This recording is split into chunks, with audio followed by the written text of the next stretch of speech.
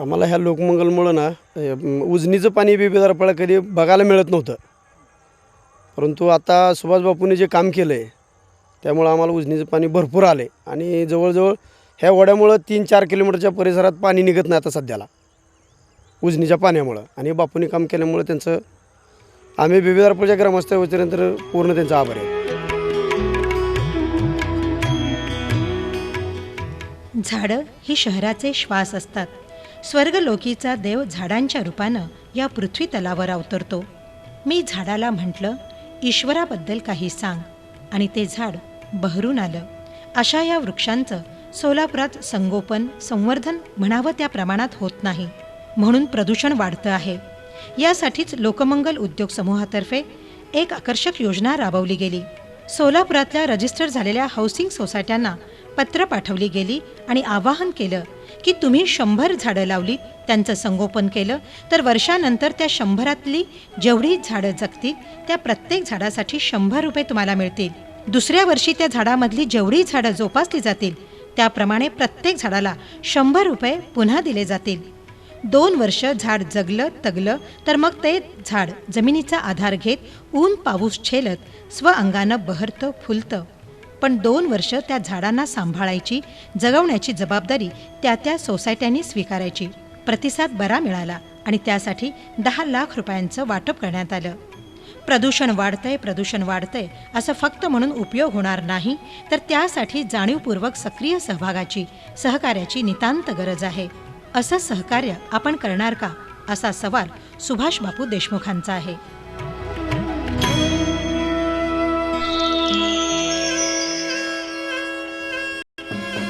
लोकमंगल समूहातील सगळ्या कर्मचारी आणि त्यांच्या कुटुंबियांचा स्नेह मेळावा दरवर्षी घेतला जातो. या मेळाव्यात आपले सगळे ताणतणाव विसरून अधिकारी कर्मचारी एकाच पातळीवर कोणताही भेदभाव न करता एकत्र येतात आणि दिवसभर हा सोहळा उत्साहात संपन्न करतात. या स्नेह मेळाव्यात सुभाष बापूंची दिवसभर उपस्थिती असते. या मेळाव्यातील सांस्कृतिक कार्यक्रमात सगळ्यांचा सहभाग ऊर्जा देणारा असतो. गाणी, नृत्य, नाटक, मल्लखांब यासारखे विविध मनोरंजनात्मक आणि बुद्धीला चालना देणारे, मनाला फ्रेश करणारे कलाप्रकार इथं सादर केले जातात. याशिवाय शेला पगोटेसारखा खुमासदार कार्यक्रम सादर होतो. या कार्यक्रमाचं एक वैशिष्ट्य असतं की कनिष्ठ कर्मचारी ते वरिष्ठ अधिकारी एका पातळीवर येतात आणि मिळालेला शेला किंवा पागोटा हसत हसत स्वीकारतात. नव्या पण उत्साही कलावंतांना एक रंगमंच, व्यासपीठ या निमित्तानं इथं उपलब्ध करून दिलं जातं. स्थानिक ते देश-विदेश पातळीवर अनेक प्रश्न समस्या असतात. भल्या बुऱ्या घटना घडत असतात. त्या पाठीमागची कारण मीमांसा, उपाय या संदर्भातलं विचारमंथन समाजापुढे व्हायला हवं. त्यामुळे सर्वसामान्यांना स्थानिक ते देश परदेश पातळीवरील अनेक घटना कळायला मदत होते. यासाठी व्याख्यानमालेसारखा दुसरा सुंदर मार्ग नाही. त्या विषयातील ज्येष्ठ श्रेष्ठ व्यक्तींना पाचारण करून विचारांची पेरणी होऊ शकते आणि विचारांना समृद्ध करता येतं. म्हणूनच लोकमंगल जीवक हॉस्पिटल, लोकमंगल बँक आदी संस्थांच्या माध्यमातून व्याख्यानमालांचं आयोजन करण्यात येतं. या व्याख्यानमालेच्या माध्यमातून महाराष्ट्रातील आणि भारतातील अनेक मोठमोठ्या व्यक्ती इथं येऊन गेल्या आणि आपले विचार त्यांनी मांडले. लोकमंगल समूहानं साहित्य सांस्कृतिक क्षेत्रात जाणीवपूर्वक कार्य केलं. लोकमंगल मैत्र हा दिवाळी अंक गेल्या 6 वर्षांपासून शारदेच्या दरबारात हजेरी लावतो आहे. या दिवाळी अंकात समाजाभिमुख वेगवेगळे विषय निवडून त्या विषयातल्या तज्ज्ञांकडून, लेखकांकडून साहित्य मागवलं जातं. कुटुंबातील बदलते नातेसंबंध, महाराष्ट्राची पन्नाशी, धर्म आणि स्त्रीजात, स्त्री पुरुष मैत्री काळाची गरज, समुद्र आणि अनुवादित कथा, तर आरोग्य आणि अनुवादित हास्यकथा, शिवाय वैचारिक लेख असे विषय दिवाळी अंकांसाठी घेतले जातात. 2010 सालचा महाराष्ट्र साहित्य परिषद पुणेचा सर्वोत्कृष्ट दिवाळी अंकाचा पुरस्कार मैत्रला मिळाला आहे. भारतभरातील प्रतिभासंपन्न साहित्यिकांच्या साहित्यामुळं लोकमंगल मैत्र वाचकांमध्ये प्रिय होतो आहे.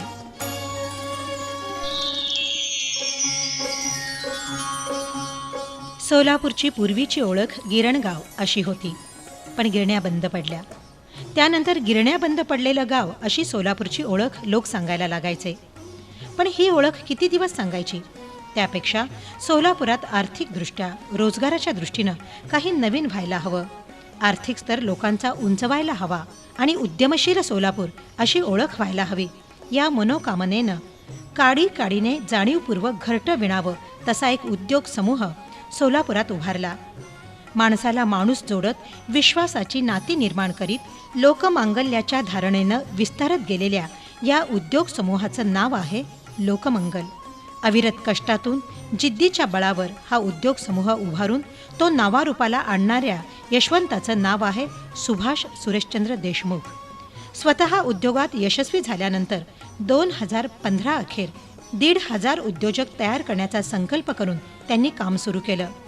कष्ट करणाऱ्या पोरांना सलाम करण्याची त्यांना हौस आहे. उद्योजक होऊ पाहणाऱ्या तरुणाईला हात देण्याची आंतरिक इच्छा आहे. कोणी नोकरी मागायला आला की माझ्याकडे जी एक जागा आहे ती मालकाची आहे, तुला मालक व्हायचं असेल तर माझ्याकडे जागा आहे. नोकरी मागत फिरण्यापेक्षा स्वतःचा धंदा कर, दुसऱ्यांनाही रोजगार दे, लोकमंगल तुझ्या सोबत आहे, असं सांगत त्यांनी अनेक तरुणांना, महिलांना उद्योजक बनवलंय.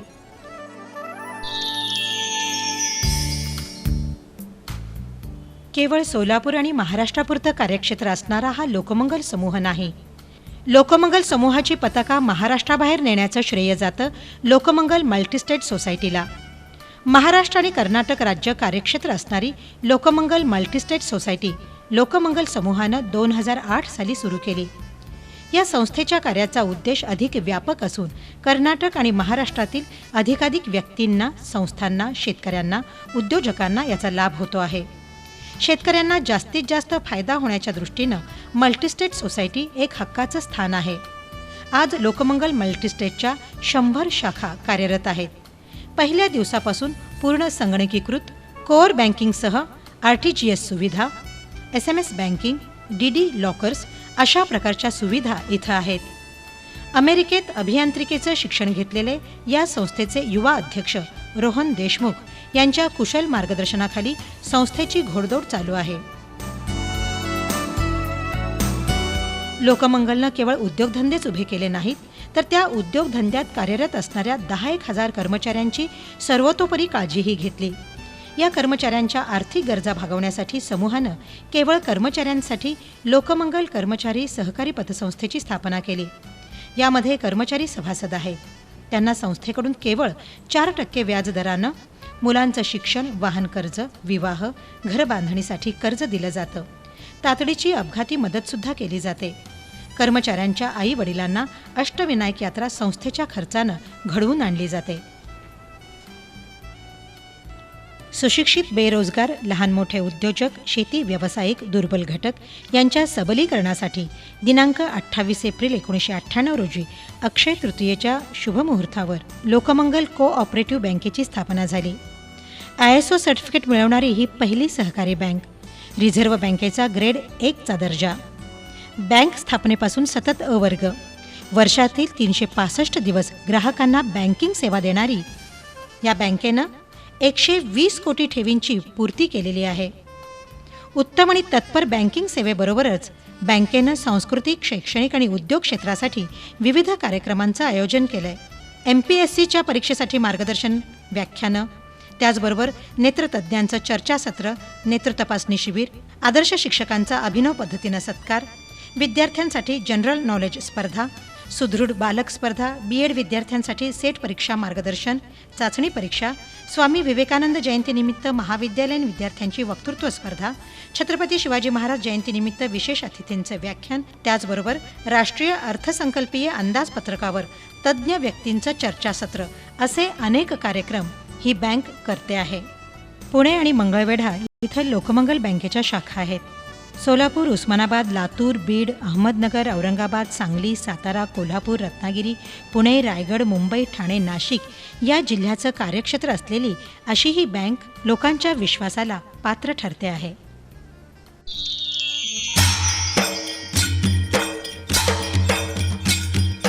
सोलापुरातल्या तरुणांच्या हाताला काम मिळावं आणि सोलापूरचा आर्थिक स्तर उंचवावा यासाठी लोकमंगल समूहानं लोकमंगल ॲग्रो इंडस्ट्रीजची सुरुवात केली. ISO प्रमाणपत्र प्राप्त अशी ही कंपनी आहे. या कंपनीचा पहिला साखर कारखाना उत्तर सोलापुरातल्या बीबी दारफळी इथं अवघ्या 6 महिने 6 दिवसात पूर्ण केला गेला. भारतातील सर्वात वेगात उभा केलेला साखर कारखाना म्हणून विक्रमाची नोंद लिम्का बुक ऑफ रेकॉर्डमध्ये केली गेली आहे. दुसरा साखर कारखाना दक्षिण सोलापुरात भंडारकवठे इथं उभा केला, तर तिसरा उस्मानाबाद जिल्ह्यातील खेड लोहारा इथं कार्यरत आहे. शेतकऱ्यांच्या ऊसाला योग्य भाव देऊन शेतकऱ्यांची सर्वांगीण काळजी घेणारे हे तिन्ही कारखाने.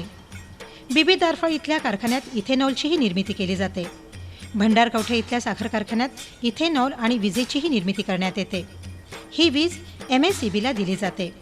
या तिन्ही साखर कारखान्यांमुळे अनेक बेरोजगारांना काम मिळालं आहे.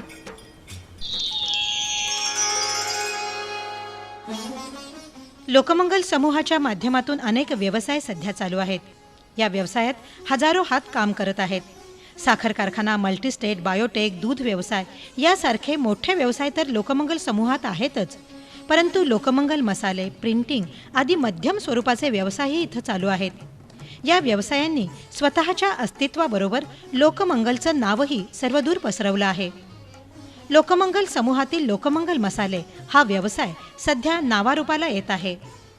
2011 साली सुरू झालेल्या या व्यवसायात 40 महिला कर्मचारी काम करतायत. या सर्व महिला कर्मचारी लोकमंगलच्या कारखान्यातील कर्मचाऱ्यांच्या कुटुंबातीलच आहेत.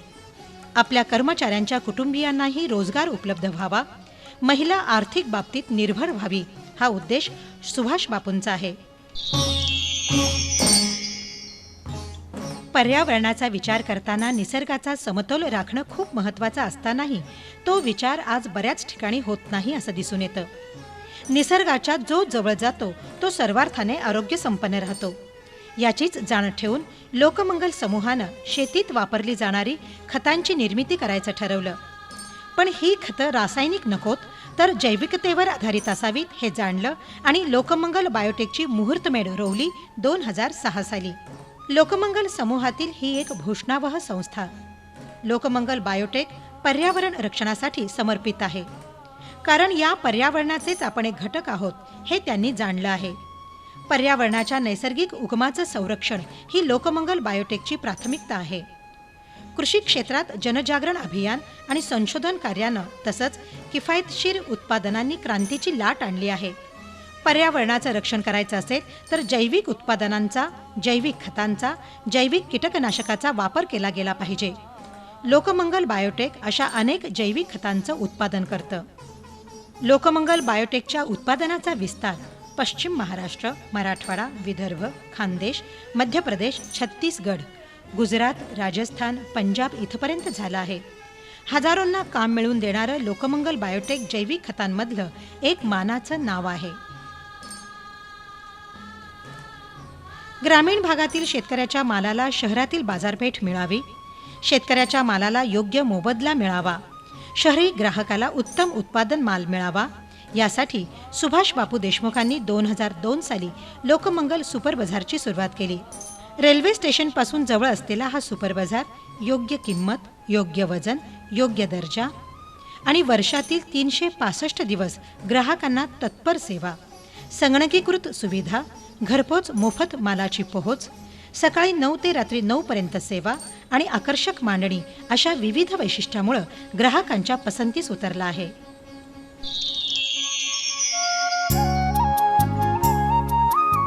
छपाई क्षेत्रातलं एक अग्रगण्य नाव म्हणून Lokmangal print and pack he printing press नावारूपाला आली आहे. 2008 साली स्थापन झालेली ही प्रिंटिंग प्रेस अद्ययावत मशिनरीनं युक्त आहे.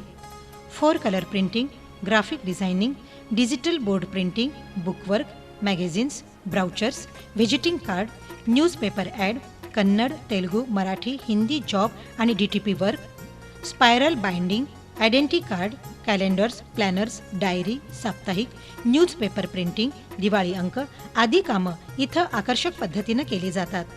लोकमंगल साप्ताहिक, लोकमंगल शेतीप्रतीक मासिक, लोकमंगल मैत्र दिवाळी अंक यांचं प्रकाशन इथूनच होतं.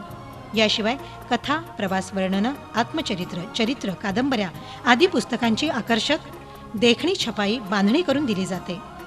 अशा विविधतेनं नटलेली Lokmangal print and pack he printing press अवघ्या महाराष्ट्रात नावाजते आहे. लोकमंगल समूहातील घटना घडामोडींची माहिती देणारं लोकमंगल साप्ताहिक, कृषी क्षेत्रासाठी मासिक शेती प्रतीक, लोकमंगल रोपवाटिका, Lokmangal Samarth industries, Lokmangal garment, Lokmangal consultancy, Lokmangal developers, Mauli jewellers असे विविध उपक्रम, योजना, उद्योग, व्यवसाय इथं सुरू आहेत. आज असं वाटतं की मग गरिबांना हात दिला पाहिजे, सहकार्य केलं पाहिजे. मी ज्या कुटुंबातून आलेलो आहे फार मोठा श्रीमंत नाही, पण मला उभा राहत असताना पैशाची गरज, त्यावेळेसची माझी गरज भले 10,000ची असेल, पण 10,000 घेत असताना जो त्रास झालेला होता तो त्रास सामान्याला होऊ नये, इतरांना होऊ नये म्हणून माझ्या परीनं प्रयत्न करतो. शेतकऱ्यांच्या आत्महत्या का व्हायला लागल्या तर मुलामुलीची लग्न आहे, मग ती लग्न व्हावीत या शेतकऱ्यांच्या आत्महत्या जेवढं आपल्या कमी करता येईल त्याच्यातलं करण्याचं आपण सामाजिक काम करतो आहे, म्हणजे सामुदायिक विवाहाचं काम करतो आहे. आता जे निष्ठुर मुलं आहेत ज्यांच्यावरती संस्कारच नाहीत की आईवडिलाला सांभाळायचे, अशी निष्ठुर मुलं आईवडिलाला सोडून दिलेले आहेत. अशा निराधार आईवडिलांना आम्ही 2 वेळचं जेवण द्यायला लागलेलं हे सामाजिक बांधिलकी आहे. मी ज्यावेळेस लहानाचा मोठा होत असताना माझ्या आईवडिलांना जसं लहानाचं मोठं केलं, ह्याच्यात खूप मोठा माझ्या समाजाचा सुद्धा वाटा आहे.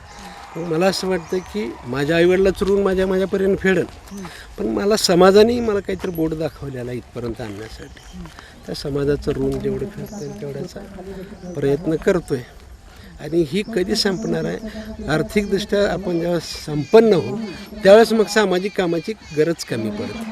आज गरज काय आहे तर अज्ञान आहे, निरक्षराचं प्रमाण जास्त आहे, गरिबीचं प्रमाण जास्त आहे, म्हणून त्या गोष्टीची गरज आहे, म्हणून मी सामाजिक काम करतो. आज आपण या लोकमंगलच्या प्रांगणामध्ये आलेला आहात. सर्वांचं या ठिकाणी स्वागत आहे. आपण या ठिकाणी 3 दिवस राहणार आहात. तुम्हा सर्वांना इथं जे काही आनंद घ्यायचा तो तर मिळणार. आमच्याकडून जर काही चुका झाल्या असतील तर त्यासाठी मी आत्ताच तुमची माफी मागतो. या ठिकाणी खरं तर हा आपण म्हणत असाल की ही सीडी आम्हाला दाखवलेली आहे, त्याच्या मागचा उद्देश खरं तर लोकमंगलचा हा वेगळा आहे. लोकमंगलचं कौतुक करण्यासाठी नाही तर सोलापूर जिल्ह्यासाठी आपण सर्वांनी मिळून या सोलापूर जिल्ह्याचं सुजलाम सुफलाम करण्यासाठी आपल्या ज्ञानाचा, आपल्या बुद्धीचा याच्यामध्ये कुठं वापर करून या सोलापूरला वैभवशाली बनवण्यासाठी आपण काही करू शकतो का, त्या अर्थाने खरं तर ही आपल्याला सीडी ही दाखवण्यात आलेली आहे. ह्याच्यामध्ये एकच आपण या ठिकाणी मी संदेश देऊ शकतो की आपल्याकडे प्रत्येकाकडे काही ना काहीतरी क्षमता आहे, काही ज्ञान आहे, कष्ट करण्याची तयारी आहे. आपण नोकरीच्या मागे न लागता 4 लोकांना आपण रोजगार उपलब्ध करून देऊ शकतो का, ह्याच्यासाठी आपण सर्वजण जर पुढे आलो तर निश्चितच मला वाटतं की येणाऱ्या काळात आपण सर्व युवक मिळून एक चांगली क्रांती या ठिकाणी घडवू शकतो. ह्या आपण ज्यावेळेस आपल्याकडे सर्वस्व जे काही येईल त्यावेळेस आपल्याकडचा असणारा वेळ, आपल्याकडचा असणारा पैसा, आपल्याकडचं असणारं ज्ञान, आपल्याकडे असणारी संपत्ती ही जर या समाजासाठी आपण थोडीफार खर्च केली तर निश्चितच समाजातली जी मोठी दरी आहे ही दरी कुठेतरी आपण कमी करण्याचा प्रयत्न आपण सर्वजण या ठिकाणी करू शकतो. तुम्ही सर्वजण या ठिकाणी 3 दिवस आहात. तुमच्या सर्व जे याच्यामध्ये स्पर्धक आहेत त्या सर्वांसाठी मी खूप मनापासून शुभेच्छा देतो. इथं मनसोक्त आनंद घ्या आणि ह्याच्यामध्ये सामील व्हा. एवढंच बोलून माझे 2 शब्द संपतो. जानी जोडली या मातीशी नाती, प्रगतीच्या या कथा सांगते महाराष्ट्राची माती. या मातीतून फुलून यावा सह्यागिरी अभिमान, महाराष्ट्राच्या प्रगतीचे हे नवे सुवर्णपान.